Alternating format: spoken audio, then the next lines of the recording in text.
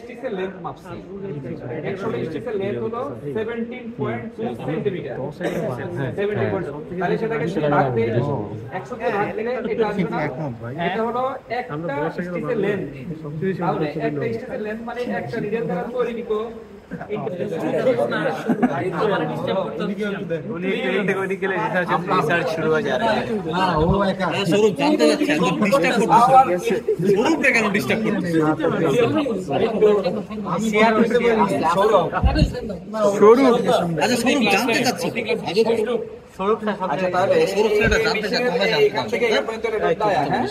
Dia হলো 30 ইঞ্চি।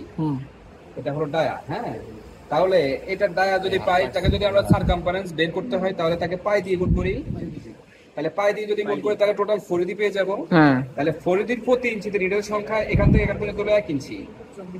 1 ইঞ্চি 1 inch 1 ইঞ্চিতে needle আছে 24টা।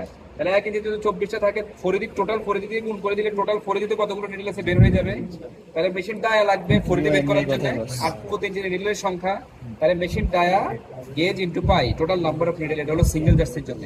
ডাবল জার্সির 2 সেট নিডেল যা বের হবে তার থেকে 2 দিয়ে গুণ করতে হয়।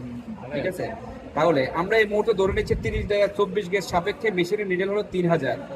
একটা নিডেল দ্বারা তৈরিকৃত স্টিচের লেন্থ হলো 0.172 সেন্টিমিটার। তাহলে 3000 নিডেল দ্বারা তৈরিকৃত স্টিচের লেন্থ কত হবে, টোটাল কোর্স লেন্থ কত হবে সেটা বের হয়ে যাবে। ক্লিয়ার?